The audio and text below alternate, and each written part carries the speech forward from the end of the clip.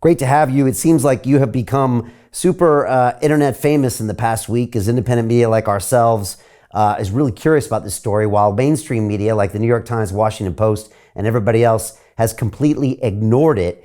I'm curious if we could just dive into it, Seymour. What happened with Nord Stream? Why does it matter? The bombing of Nord Stream really matters because it happened last fall, late September. And at that point, Joe Biden, my president, was pushing very hard. As you know, he just had this, one-on-one with Putin in speeches, very aggressive, very hostile intentions are ratcheting up. And what he did, the intelligence community is interesting because many people in the intelligence community, I know it's hard to say this, they take the oath of office, which they take is to the Constitution, not to the president, not to their boss. And those are the people over the years that I'm 300 years old, man. And so after all these years, I know a lot of people that ended up as 4 stars in all sorts of places and ended up being involved in some of the most complicated stuff in the government. And so pretty much have a sense of what to do and not to do. So I heard about this story a month after it happened. Nobody came to me with it. I asked about it with somebody I knew who was inside. And so what it was is Biden wants to go to war, I think, in some unconscious way with Putin. He wants to mix it up with the Russians. I don't know why, but one thing I can tell you about presidents, they have noted that the presidents like Lincoln and Roosevelt who win wars become famous presidents, great presidents. So they always have that itch. And particularly a president at war always gets better ratings than a president not at war. Poor Bill Clinton, when he got into office, had issued a demand about gays in the military, and he was being ridiculed. Don't ask, don't tell. And he's just being embarrassed because he has supported that position. Very unprogressive America at that time on gay issues. And so in May or June of the first year, 6 months in office, he ordered the bombing of Baghdad. First major bombing of a major city in the Middle East by us ever. And it was the best day he's ever had. The next day he went to church, reported. It was a Saturday, did the bombing. Sunday he had reporters all over. It was a great day for him. So, that's just the way it is. That's just the way we respond. And so I'm just giving you sort of the heuristic approach. I don't know what really was in his mind. I have a guess, but about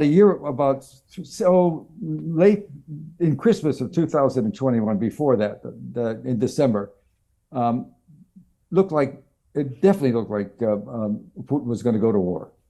He'd had it with the Ukrainians. He thinks they're sort of sub-level anyway. Some people might remember from the history books in the early 1930s, Russia let 22 million people starve in the Ukraine. Just took all the grain from them and they just died. They've always treated it as a subculture. And we've never really been big fans of Ukraine, NATO in particular, because of the corruption there.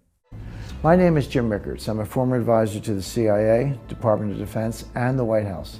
In a moment, you'll have my own evidence that very few people have seen. You'll see how I believe 2 acts of democratic stupidity are about to combine into a storm that will change America forever. The American Energy Armageddon.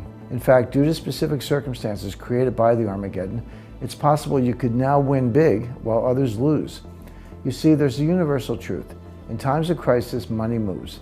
During the coming energy Armageddon, most Americans will face new hardships, but not all. A few will win and win big. You're about to see how the energy Armageddon could create a one-time opportunity to secure new substantial wealth. If you want in, keep watching. Right now, today, America is running out of gas, diesel, and oil. Our national fuel reserves are down 50% or more from where they should be. It's so urgent, major suppliers are calling it a code red emergency. We don't have the refining capacity to catch up, and we're shipping most of what we have to Europe to bail them out of Calamity Joe's Nord Stream crisis. We're now facing catastrophic fuel shortages I predict will collapse our nation's energy grid. When it happens, every citizen will see firsthand the Dems' obsession with green energy is a scam. In fact, I'm going to show you my evidence that outs them as shameless hypocrites. That's not all. I predict this storm will bring about a new social order to our country. Many who are now rich will find their accounts drained, and those who are poor will turn to desperate measures to survive. I'm talking about civil unrest. a massive crime wave, and violence in our streets. Most will suffer under Biden's energy Armageddon, but not everyone. Some good Americans will win. They'll take advantage of wealth-building opportunities created by the upheaval, which I'll reveal here today, to vastly improve their personal economic situation. And that's the most important thing I want to share with you.